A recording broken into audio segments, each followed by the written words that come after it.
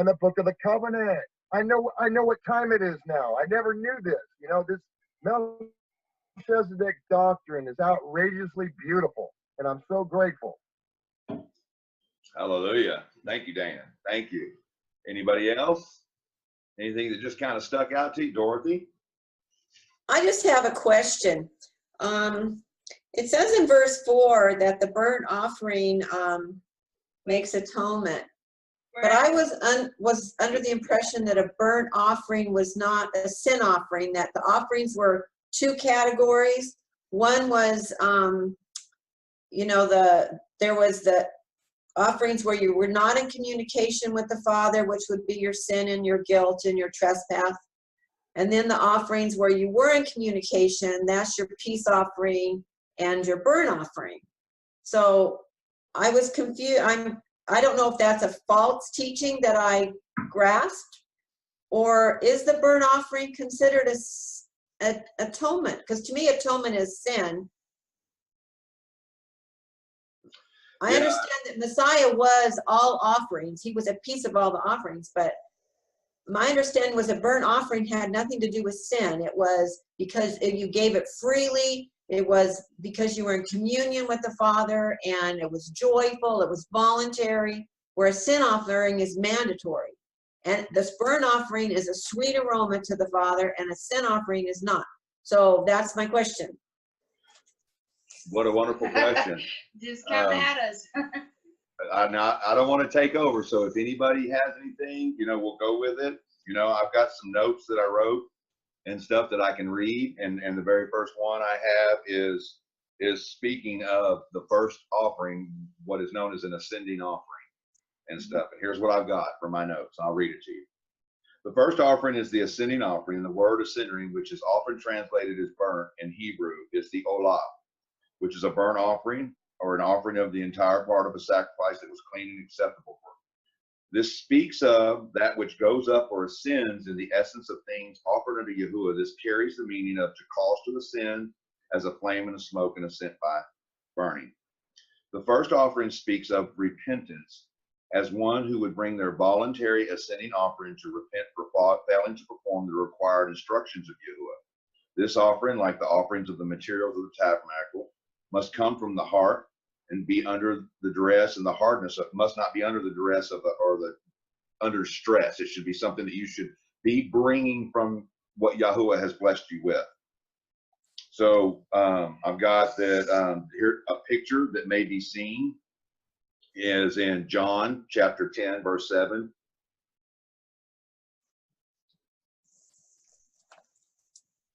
Therefore he said unto them, truly I say unto you, I am the door and the door of the sheep. And verse 9, whoever enters through me, he shall be saved. He shall go in and go out and find pasture. So here's the very first offering that we're being told to give, right? So this is the first thing that we're supposed to be doing. The reason that they're having to do all of these offerings in the first place is because of the sin of Israel. So we have to keep in mind what we're reading here. This is the sin of Israel, and this is what would be called, like, from Melchizedek, book of law, right? So this is a law. This is the witness that is against us. So right off the bat, we're guilty. Well, they were guilty. I mean, we're guilty as a people. We're guilty in and of ourselves, you know. And they had to be willing. And as we go through the chapters here and we start reading, we see where it kind of starts talking about when you have a sin and you didn't realize you sinned, or somebody in the camp sins, and the rest of the camp didn't realize they were sinning and stuff, they would have to bring their offerings as we go through these different offerings. So this is the first offering. So the whole Wayyqira and He called is what this is called. So here we just went through Moses on the mountain. While he was on the mountain, they did what they did with the golden calf on the bottom. And then after that, he called forth those that he destroyed the calf. He caused the people to drink. People died. He called forth the Levites that caused the people and went and slaughtered the people who had done what they'd done. And then last week's Torah portion we're reading that now he's going from what the people were doing for the golden calf, which was satanic in nature of what they were doing. So they were worshiping a false El. That's what they were doing. And now he's teaching in the last Torah portion, he's telling everybody, now you're going to now come build my tabernacle. So what was the whole reason that he was having them build a tabernacle that we just got through going through in this last Torah portion that we read last week? Because this is going to probably, for me, it's going to kind of help answer some of the question you're asking. Well, it was so that he had a place to dwell within the camp. He had a place to dwell. And what was the reason that he was going to dwell there with the people? It's the very first thing that we read right here, the very first verse, the first couple of words. And he called to Moses and spoke to him out of the tabernacle. So the tabernacle's now been built, and Yahweh is ready for the people to approach him. But they're unclean, and they're full of sin. And the whole congregation, even though he's gotten out the sinners, I'm trying to think of an example in the Bible. Well, can I just, I also read something where this is written, and this is just, I'm questioning it because I hadn't heard this before. This is written from Yahuwah's standpoint, how he, from the inside out, and we have to approach him from the outside in. So we have to do a sin offering and whatnot before we can come in to do the burnt offering. Exactly. And that's the same way with the tabernacle. He starts with the Ark of the Covenant and moves out, and we come in from the tent and move in. So does that make sense? Absolutely. Okay. It's exactly what James, yeah, go ahead, Claude. I just want to add, okay, the Father wanted his people to dwell with him constantly. Okay, he wanted the people to be with him. Okay, so in other words, okay, there was a dwelling place. Okay, but the Father wanted the people, okay, to be dwelling with him constantly. Not okay. Whereas when we finish Exodus, we have to remember, okay, that they were not able to do that. Okay, when the Father was in a dwelling place, okay, they could not enter. Okay, so now they're going through the process. Okay, what has to be done, okay, for them to enter to be with the Father. But I think that the point there was the presence and the kabod, or the glory of the Father, was so heavy. And it's true that in his holiness and our sinfulness, the two cannot abide in the same place at the same time. That's right. So his presence was so intense that they, in their human flesh and in their walk, could not enter because of this disparity in holiness between one and the other. Can't mix the two. Mm-hmm. And in here, we're going now through the different, what I found interesting about Leviticus chapter 1 is he starts off by talking about the sins you're not even aware that you committed. Yeah. Yes, he's not exposing it. Yeah, but he's not even saying what they are. They're just saying, he's just saying they're the unintentional ones. So to me, and this is one of the things that I've seen so much about the Father heart of Yah, is that he's not sitting up there with a lightning bolt waiting for you to send something down. His heart is to have communion, is to bring you close. But if you're to come into his presence with these sins that you're not even aware you committed, but you did, you can't abide in the same place. And it's not, his heart is not to, it kind of goes back to what we talked about a couple weeks ago about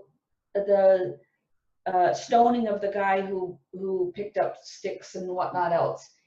I really highly doubt that was just something that, oops, you sinned, let's throw some stones at you. The heart was not willing to obey. The heart was not willing to Shema. And that's, I mean, goes even back to the song that was shared about Shema Israel. That's the whole point of the whole message of Torah, is Shema Israel, so that they can abide together and dwell together. Mhm. So when you commit a sin, an unintentional sin, you're still guilty. You can't say, well, I didn't know, so I can just go ahead and walk into his presence. It doesn't quite work like that. His holiness and your sin in the same place just don't mix. They can't come in. So something needs to be done about the sin. Whether you're made aware of it or not made aware of it, you still offer the sacrifice. And I think that's where I still, like, as we were reading it, I don't think I understand the difference of all the different types of sacrifices, because being raised in churchianity, you just learn, like, oh yeah, all those sacrifices, that's all done away with. We don't need it. They just had to, there's a one sacrifice, and that was Yeshua. He died once and for all, and therefore we don't have to address it. But the Father was very particular in just saying, well, there's this kind of offering, there's that kind of offering. And yet you still see his heart where, okay, for the priest, you have to offer a bull. You got to offer, and a bull isn't cheap. You know, and your standard, you're held to a higher standard. But then if you can't afford that, well, then you got this other option, the 2 turtle doves. And well, if you can't afford that, then the flour offering. Because it's not the Father's heart to make it a burden. And when Candace was saying earlier that there was a point in her life where she just couldn't do it anymore because she couldn't do this perfect thing, I think my reaction was like, I never looked at the law in that way. I personally never looked at the law as a burden. Oh, it all depends how you were raised. Well, You're I like, was raised that the law was done away with. But when you read, well, I guess one of the first things was when I came to Torah, I got into that. I liked listening to that guy,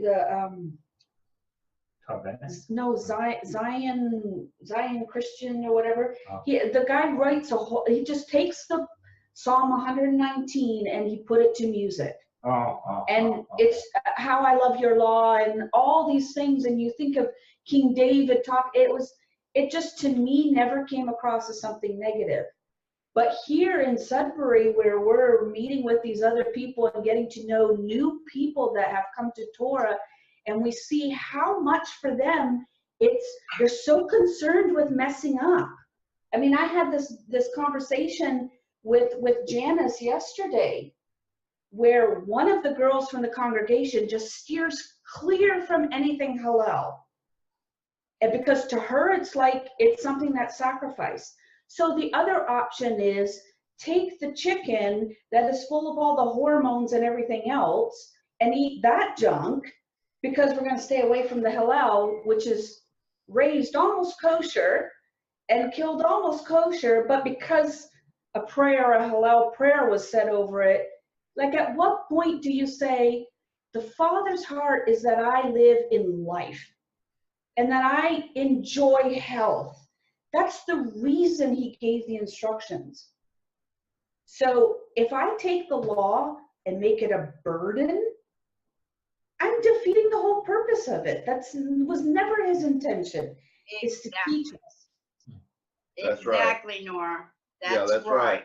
That's exactly right.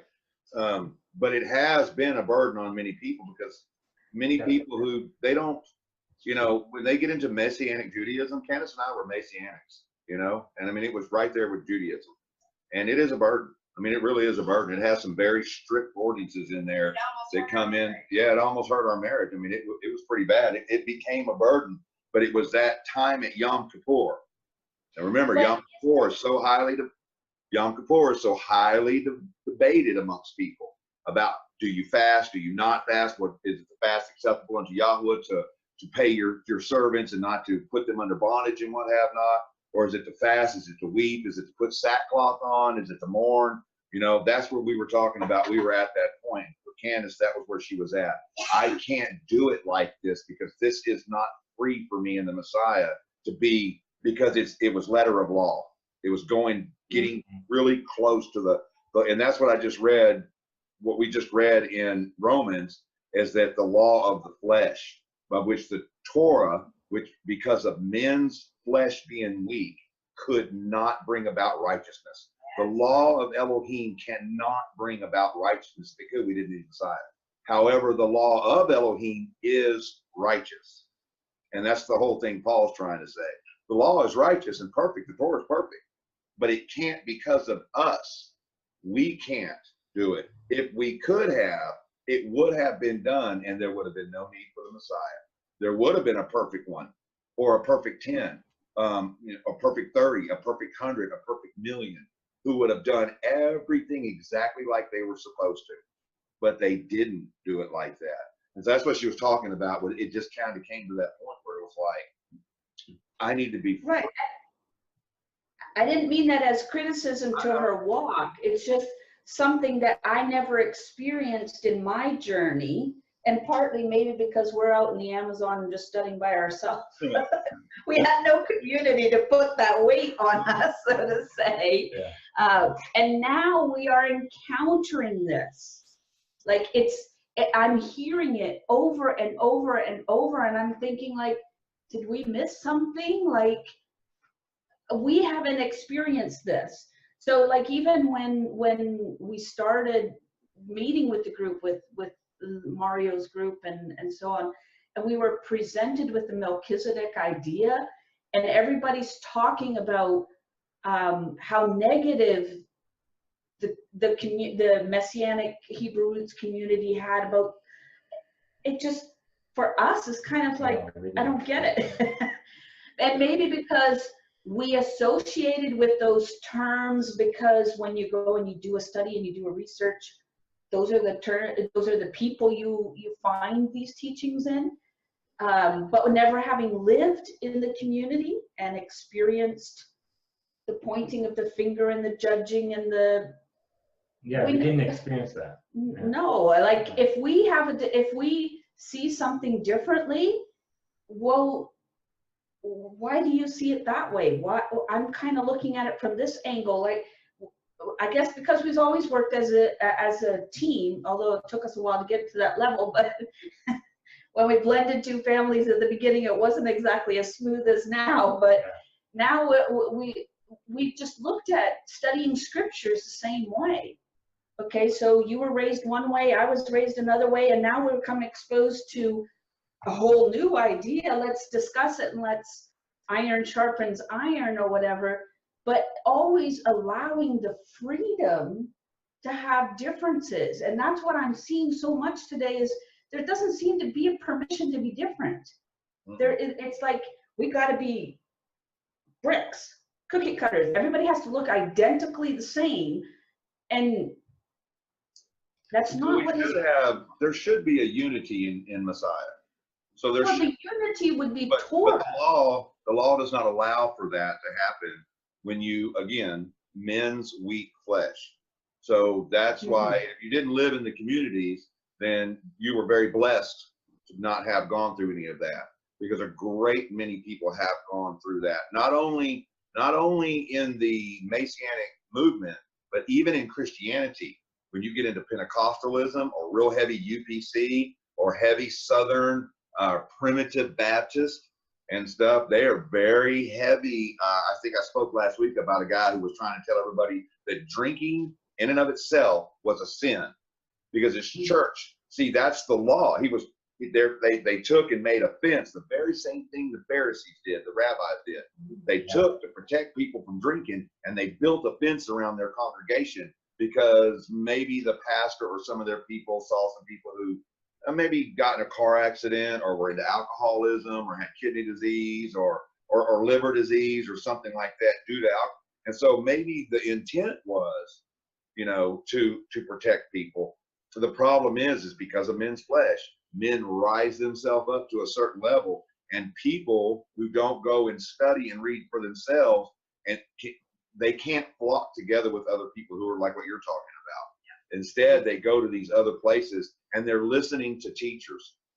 Because, we didn't read it, but in Hebrews, the next verse, verse 13 or 16 there in chapter 13, the next verse there said, obey your teachers. Is the very next verse after we read there in chapter 13. And there's a lot of people who go in with the mindset of obeying their teachers, their pastors, their ministers, and it's innocent on their part because some of them don't know, and we all have to learn and stuff. But then sometimes those teachers elevate themselves, and they get elevated by the people themselves elevating them. And sometimes I don't even think the teacher or the pastor or the minister or whatever you want to call them, bishop, sometimes I don't even think they mean to. But people have a tendency. That's why in this group, as we're gathering, we didn't want it to be like I'm teaching Torah and these people are coming to gather and hear me teaching.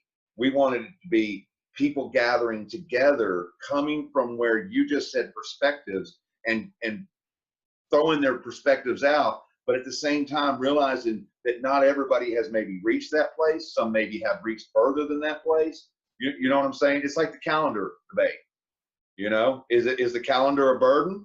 It is on some people, because some groups, if you're not doing every wood offering, grain offering, wine offering, if you're not Sabbathing at every new moon, quote unquote, if you're not doing every little thing like that, then you're not really. And so, but that's getting down a whole nother road. I kind of want to, if that's okay, Freda and then Linda. Wow, so much revelation. Okay, so being born into Judaism, my understanding is the majority of Jewish people are secular. Okay, that's one thing. And now reading Leviticus, and as I read more, because all the 17 years in Messianic Judaism, I never did the Torah. The rabbi never did it. And so I'm like, nom, nom, nom, I'm so hungry and this meat is so delicious and it's all spiced up and all of that. So, but now with us reading Leviticus and the sharing, I can totally understand why the church doesn't want to have anything to do with the Torah, because this is so overwhelming in a way. And when Dorothy shared the sin offering and all of that, I'm not quite there with having it all in here, but I've got it here. One thing I did notice, though, and I don't remember where it was in Leviticus here, that Abba wanted the sacrifice of fat and blood. Am I saying that correctly? Yes. And that he doesn't want us to eat the fat or the blood. Right. So he was being so kind to us to not eat the fat or drink the blood. Yeah. So that was one thing in a very simple way that I noticed. Then a question came up. There's going to be another temple built, a physical temple, and there are going to be sacrifices very soon. Well, are those priests supposedly called that? Are those people going to do the sacrifices and then follow the letter of the law? Rocks or rock, as they say in Brooklyn. Lots of luck on that one. And the sacrifice of Yahusha, not that, so the burden of Leviticus in the Torah, but not the book of the covenant, the book of the law, to me is a burden. Oh my gosh, there's no way that, and so it just,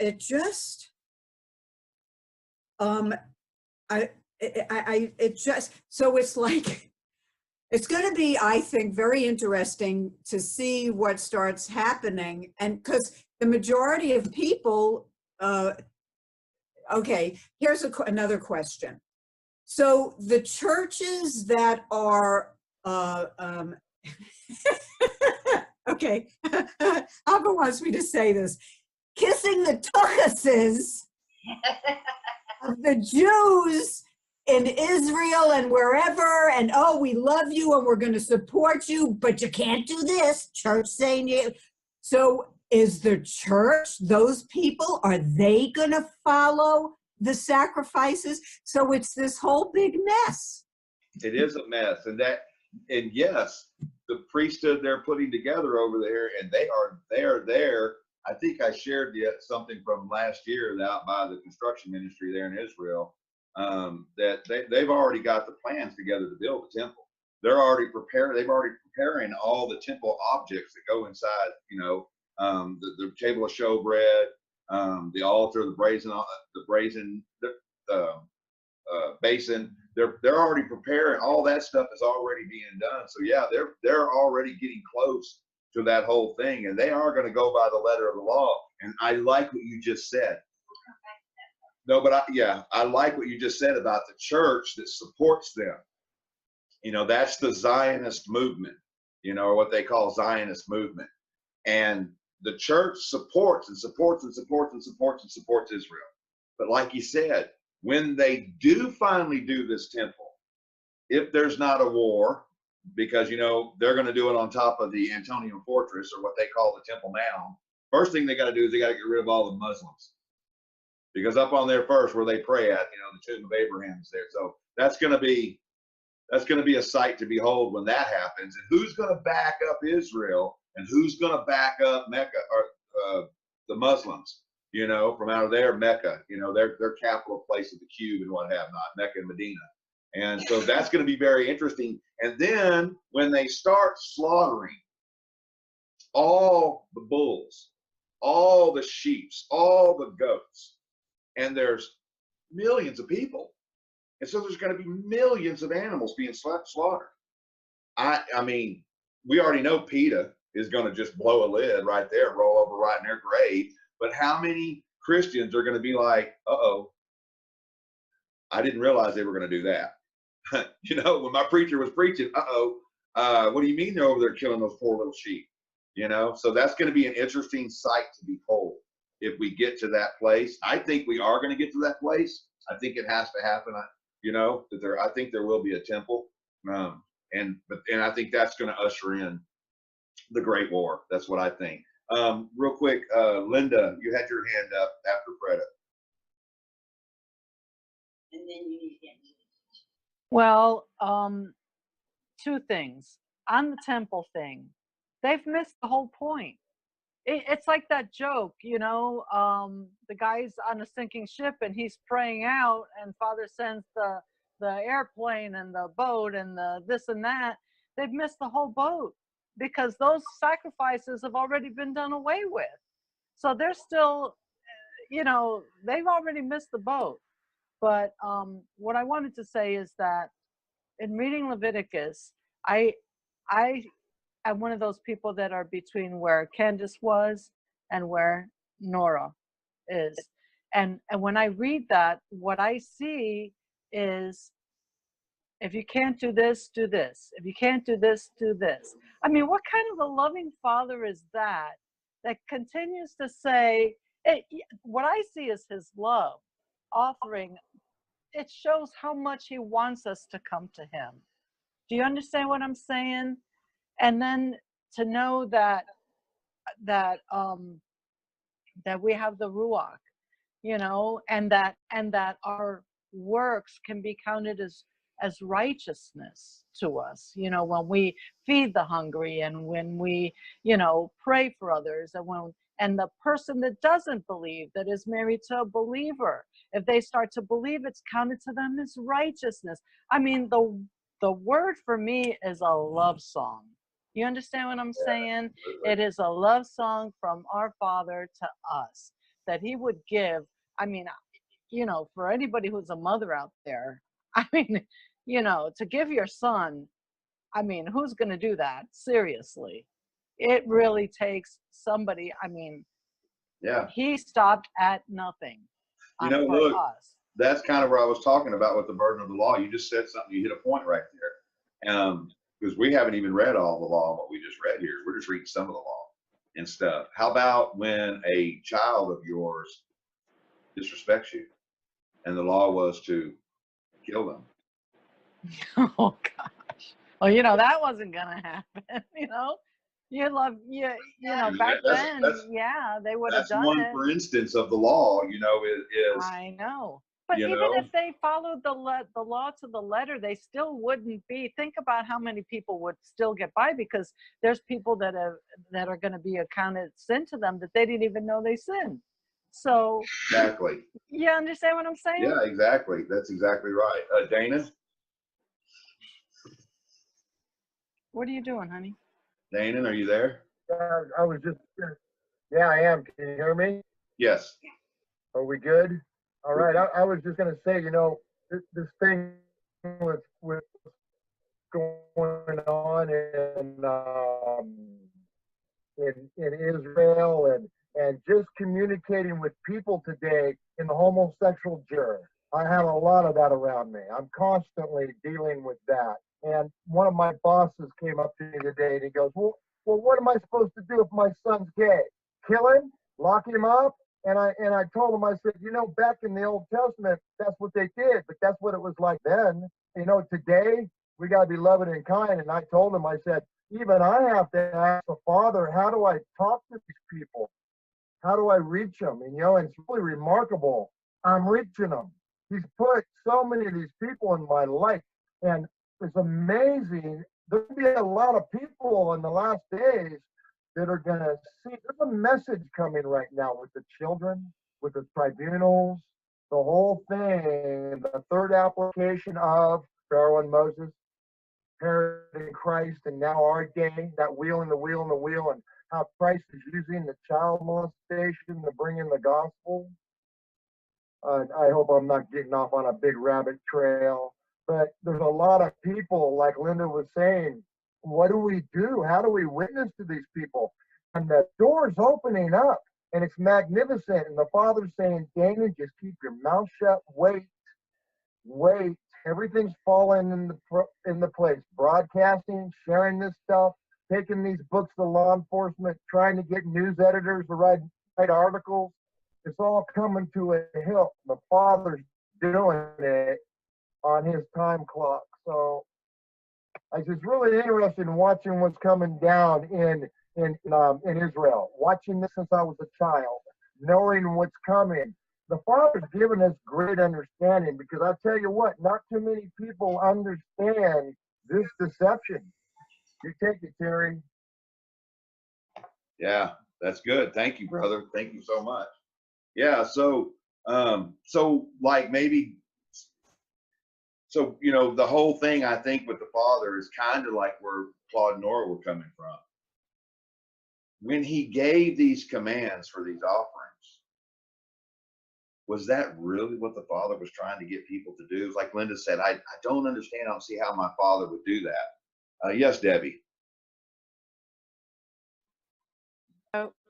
So in Psalms 40, verse 6, it says, sacrifice and offering you did not desire. I don't believe He did desire them. Exactly. My ears you have opened, burnt offering and sin offering you did not require. Then I said, behold, I come, in the scroll of the book it is written of me. I delight to do your will, O my Elohim, and your law is within my heart. I just think that He did not really, that was not what He originally, it wasn't the original plan. And the laws that He gave us as far as the children being, if they were disrespected, I don't think that it was if your child came up and said something to you that was disrespectful that He meant that you killed them right there on the spot. I think it was a rebellious child who was out of control back in those days. But weren't these penalties nailed to the tree? Yes. Yes, the curse, yeah, that's what I was getting to when I said that. Was that really what he wanted? Do you think that maybe when the Father did this, now remember what we just said, you've been reading your Bible, and you've been reading everything from coming to the mountain, and Moses, you know, going up with the elders and eating with him, and then coming back down and up and down that mountain 10, 11 times, and then going back up on the mountain to receive the commandments, and the people doing what they did during the 40 days that he was gone, and the golden calf, and then the Levites coming, having to kill the people for the sin that they did, which is what is called the transgression. That's what Paul labels it as the transgression, and this imposed law, and then they came out, and last week's Torah portion, like I said, they start gathering everything. I was like, look, okay, we've got some of this sin out of the camp. I've kind of cleaned up enough of this to where I can come now be with y'all, and you got to build me a tabernacle. And so here's what I want. And so he starts telling them, like I think Claude was saying earlier, that I want you to draw near to me now. Or maybe it was Dorothy and Claude, and or between y'all. All of us. I want you now. Here's my perspective as the Father talking to you, but I want you to come at me from my perspective of how I want you to approach me, which is what this is called right here about this Torah portion. And so, do you think that the Father would have been more pleased if just one Israelite, just one, would have repented before him and not committed any sins and stayed that way? Do you think if one of them would have done that, we wouldn't have had the rest of Leviticus to go through? You think that's possible? You think that's what it's saying in Psalms that Debbie just read? When he says, when did I ever require you, through the prophets, he said, when did I ever require you to bring these things, to trample my court with this blood? All I wanted for you to do was to obey me. And as Samuel said, what's better than a sacrifice? To obey. That's all he ever wanted from us, is to obey him. And that was the whole Shema. Shema, O Israel. I just want you to listen, to hear, and to do what I want. And what is my goodwill? I don't want you guys to build a freaking golden calf. You know, I don't want you to, we read in Isaiah, to take a piece of wood and carve some figure of a guy with, you know, and I hate to use this example, but the Jesus they have hanging on crosses, which we don't have any Kodak pictures from or anything, you know, like that, or home movies from, you know, the first century, you know, AD.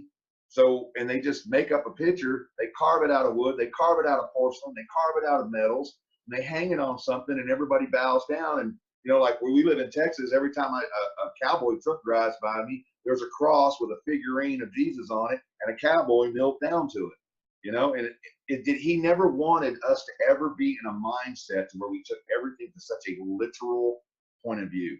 Everything just so literal. He just wanted us to be kind, to love our neighbors, to give food to our own flesh, to not act like the rest of the world out there, which is what the whole New Testament is trying to tell us. And so, and this is the shadow of when Linda said she'd be right back. Yeah. When Linda said about the law being done away with, I would say that the law isn't done away with.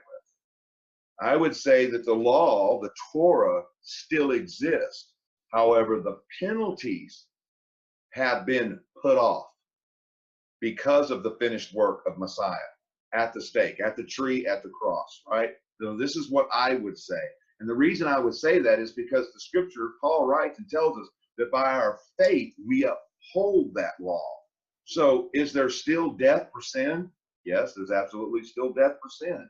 Can we still, by the fruit of our mouth, bring blasphemy toward the Father or toward his name or toward his people? Absolutely. When we treat others unkindly, the bearing image of Elohim is what we're treating in a certain way, or we're speaking to in a certain way. And James tells us, does bitterness and sweetness come from the same place? They come out of the same fountain, that it should come out of your lips like that? So I think the law is still in effect in the sense that Yahweh never changes.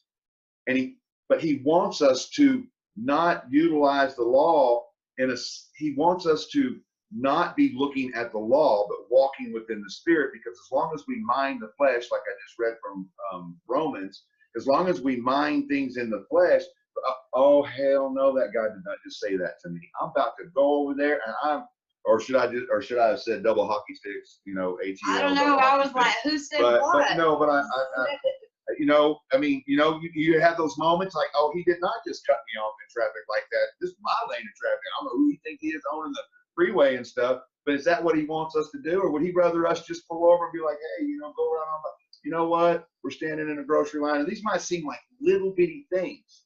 But remember, before there's murder, there's hate. And in your heart and in your mind, you're looking at these people a certain way long before murder comes across. Standing in a grocery line and you've got a buggy and a person behind you's got 3 things. You know, I know this might sound insignificant, but the behind it, the overall reaching spiritual message behind it is be kind and let others be esteemed and looked up and better than yourself. Treat others as if they are kings and queens before you and treat them in such a way. And if you do that, that's what James is talking about. You will fulfill the royal law. I think they call it the golden rule now or something like that, or golden law of Christianity, but it's the royal law. And so I think that when we're reading the Torah portion, it's good for us to see all these heavy things that they had to do. Could you just imagine that you're going around, you're doing your own thing, you're out there in the field and you're growing your corn or your grain or what have not, and all of a sudden Moses like, hey, blow the shofar. Freda, she sinned a sin and we just found it out. Bring the whole congregation over here. We're going to have to do a whole, you know, get everybody together and stuff. You know, Freda, you know, we just don't know what to do with her. You know, could you imagine how that, because if you have to think about what they were doing and put it in real time in your thought, you know, you have to think about some of the things they had to do when the whole camp had to come together for some of this and stop everything they were doing in order to do these things. You know, you have to kind of, you know, well, there goes Tom. There he goes. He must have did a sin. He's going up to the tabernacle, man. He's got him a bull with him right there. Looks like he's fixing to have to. Oh, Tom, I don't know what you were thinking, man. You know. But I mean, if you think like that when you're reading the scriptures, and you think about the narrative that's being told to you, and you think about it in a real-time aspect, you know, this is what they were doing, and this speaks to the future or to our present time.